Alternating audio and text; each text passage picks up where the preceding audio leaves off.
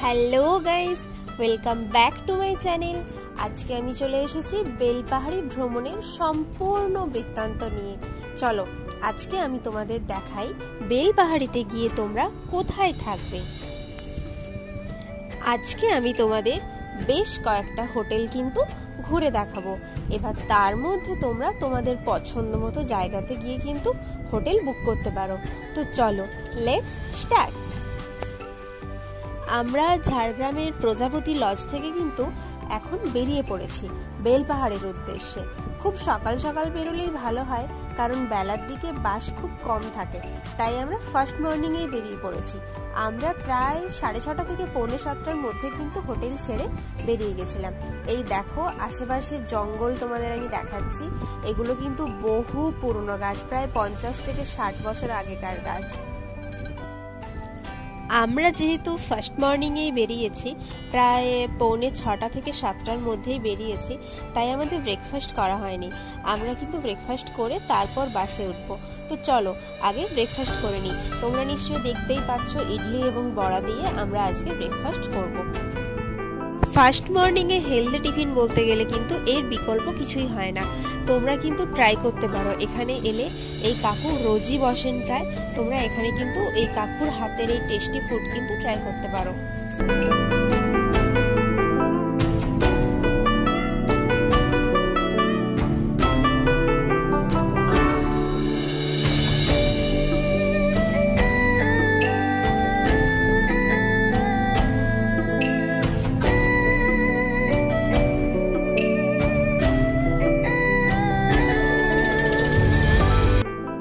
তো চলো, আমাদের খাওয়া প্রায় কমপ্লিট হয়ে গেছে। এবার আমরা বাসের উদ্দেশ্যে রওনা দিয়েছি। এই দেখো অলরেডি আমরা কিন্তু বেলপাহাড়ি যাওয়ার একটা বাস পেয়ে গেছি।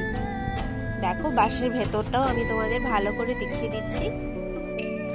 এখান থেকে বাসে বেলপাহাড়ি যেতে কিন্তু খুব বেশি সময় লাগে না, 1.5 থেকে 2 ঘন্টা লাগে। এবার বাসের গতি অনুযায়ী সেটা 1 ঘন্টাও হতে পারে, আবার 2.5 ঘন্টাও হতে পারে। এটা সম্পূর্ণ ডিপেন্ড করছে বাসের ওপর। আমরা যেহেতু সুপারফাস্ট বাসে গেছিলাম, তাই আমাদের কিন্তু খুব বেশি টাইম লাগেনি, আমরা 1 ঘন্টার মধ্যেই পৌঁছে গেছিলাম। তো বেলপাহাড়িতে এসে আমাদের ফার্স্ট ভিজিটেড গেস্ট হাউস ছিল ঠিকানা গেস্ট হাউস। এই দেখো এই হলো ঠিকানা গেস্ট হাউস।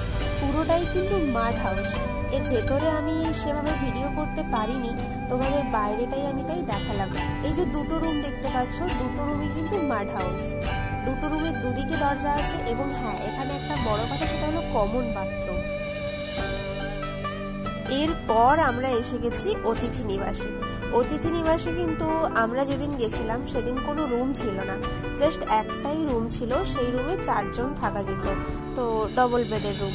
এবং আমরা যেহেতু 2টো কাপেল ছিলাম, আমাদের পক্ষে পসিবল ছিল না একটা রুমের মধ্যে থাকা, তাই আমরা অতিথি নিবাসে থাকতে পারলাম না।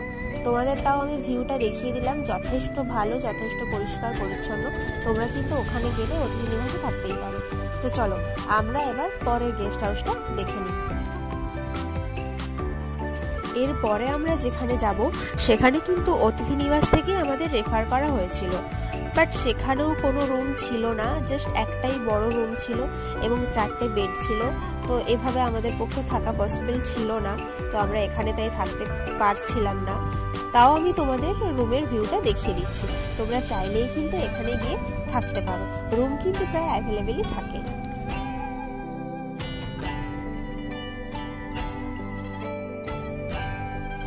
এই দেখো আমি তোমাদের রুমের ভিউগুলো দেখিয়ে দিচ্ছি, এবং ভিডিওতে যাকে দেখতে পাচ্ছ ইনি কিন্তু ওনার, তো ওনার সাথেই কথা বলতে হবে।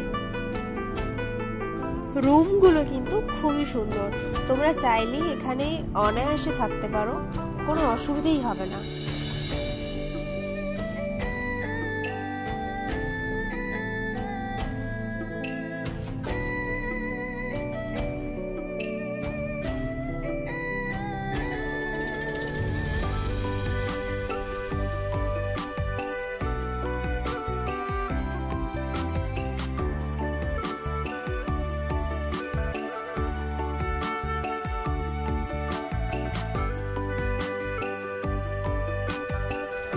এখানে যেহেতু আমাদের সুইটেবল হলো না, তাই আমরা ওখান থেকে নিচে নেমে ওই ওনারেরই অন্য একটি রুম দেখতে গেছিলাম।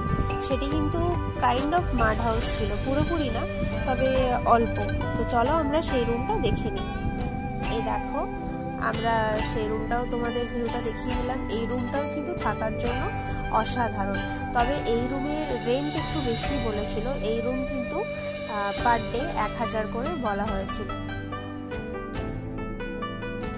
তো যেহেতু একটাই রুম আর আমাদের লাগতো 2টো রুম, তাই আমরা এখানেও থাকতে পারলাম না। কিন্তু তোমাদের একটা দারুণ জিনিস এখানে আমি দেখাতে পারি, সেটা হলো কটেজ। তো চলো তোমাদের আমি দেখাই। এই দেখো, তোমরা নিশ্চয়ই দেখতেই পাচ্ছ, বিকেলে বসে হাওয়া খাওয়ার জন্য সুন্দর একটা সাইডে রুম করা রয়েছে। এখানে 2টো খাট পাতা রয়েছে এবং বাইরে একটা খাটিয়া রয়েছে। খাটিয়া কি তোমরা নিশ্চয়ই সবাই জানো, তাও আমি তোমাদের একবার ভিডিওতে দেখিয়েছি। অ্যান্ড দ্য লাস্ট হলো বেলপাহাড়ি গেস্ট হাউস। আমরা কিন্তু এখানেই ছিলাম। এর আর কি রিভিউ দেবো, তোমরা ভিডিওটা দেখেই বুঝতে পারবে কতটা সুন্দর জায়গা, কত অসাধারণ জায়গা। এবং রেন্টও কিন্তু খুব বেশি না, রেঞ্জের মধ্যেই 900 রেন্ট নিয়েছিল এখানে। তো তোমরা কিন্তু চাইলেই বেলপাহাড়ি গেস্ট হাউসে আসতে পারো। আগে থেকে বুকিং করে এলে সুবিধা হয়, তোমাদের নিজেদের সুবিধার্থেই কিন্তু আগে থেকে বুকিং করে আসতে পারো। আমি ডেসক্রিপশন বক্সে ফোন নাম্বার দিয়ে দেবো। এবং এর সবথেকে ইন্টারেস্টিং ব্যাপার হলো, এখানে কিন্তু অনেক ভিআইপি মানুষও এসে থেকেছেন। তো আমি তোমাদের ভিডিওর মধ্যে ওনাদের ছবিগুলো ইনক্লুড করে দিচ্ছি, তোমরা দেখে নিও। আর বাম দিকে যেই দাদাকে দেখলে, উনিই কিন্তু আমাদের বাস স্ট্যান্ড থেকে এই বেলপাহাড়ি গেস্ট হাউসে নিয়ে আসছেন। ওনার নাম ছোটকা। তো ছোটকাদাকে অসংখ্য ধন্যবাদ। আপনি যদি ভিডিও দেখে থাকেন তাহলে আমাদের কৃতজ্ঞতা জানাচ্ছি আপনাকে। আপনার জন্য এই গেস্ট হাউস পেয়েছিলাম।